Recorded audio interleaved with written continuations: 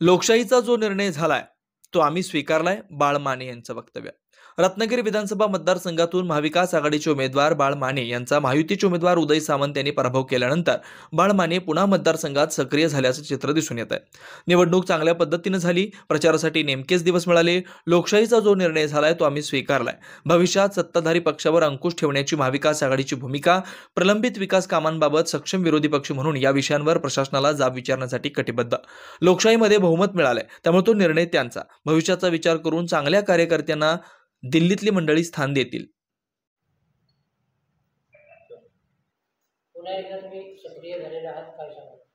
नमस्कार. पुन्हा एकदा सक्रिय असा त्याचा अर्थ होत नाही. मी नेहमीच गेली अनेक वर्षे सक्रिय या ठिकाणी आहे.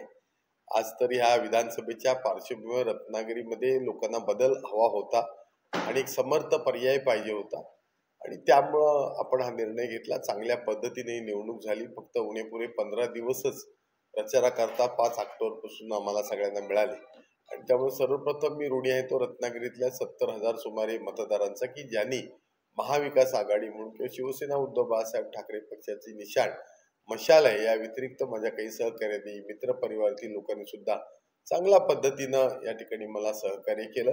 आज जो काही निर्णय लोकशाहीचा जो झालेला आहे तो आम्ही या ठिकाणी स्वीकारलेला आहे आणि त्यामुळे भविष्यामध्ये सुद्धा सक्षम समर्थ पर्याय सत्ताधारी पक्षावर अंकुश ठेवण्याकरता करण्याची भूमिका या ठिकाणी शिवसेना उद्धव बाळासाहेब ठाकरे पक्षाच्या वतीनं किंवा महाविकास आघाडीच्या वतीनं आम्ही करण्याचं ठरवलंय आणि त्यामुळं बुधवार, गुरुवार आणि शुक्रवार आठवड्यातले 3 दिवस माजी खासदार आदरणीय विनायक राऊत साहेब यांच्या संपर्क कार्यालयामध्ये मी कार्यकर्त्यांसाठी, जनतेसाठी उपलब्ध असणार आहे.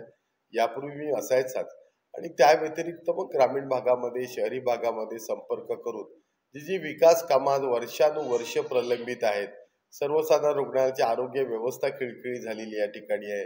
क्रीडा क्षेत्रातली क्रीडांगणं अजून अद्यापही तशीच आहेत. 24/7 पिण्याच्या पाण्याची योजना रत्नागिरी शहराची तशीच प्रलंबित आहे.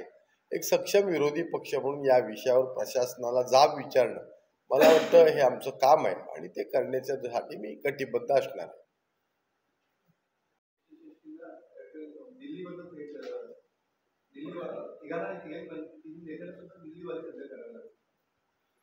नाही, लोकशाहीमध्ये आज बहुमत मिळालेलं आहे आणि त्यामुळे तो निर्णय त्यांचा आहे. साऊन सुलाखून दिल्लीतली जी केंद्रीय सगळे नेते मंडळी आहेत ते घेतील. गेल्या 2.5 वर्षापूर्वी एक आपत्धर्म म्हणून काही गोष्टी झाल्या होत्या. अनेक गोष्टी अशा होत्या की त्या ठिकाणी केंद्रातल्या दिल्लीतल्या हायकमांडला सुद्धा ते मान्य नव्हत्या आणि त्यामुळे आता भविष्याचा विचार करून जे चांगले कार्यकर्ते आहेत, ते चांगले प्रामाणिक आहेत, महाराष्ट्राला एक विकासाची दिशा देतील, सर्वसामान्य नागरिकांना न्याय देतील, अशाच लोकांना या सरकारमध्ये त्या ठिकाणी स्थान देतील दिल्लीतली मंडळी, असं मला एकंदरीत वाटतंय.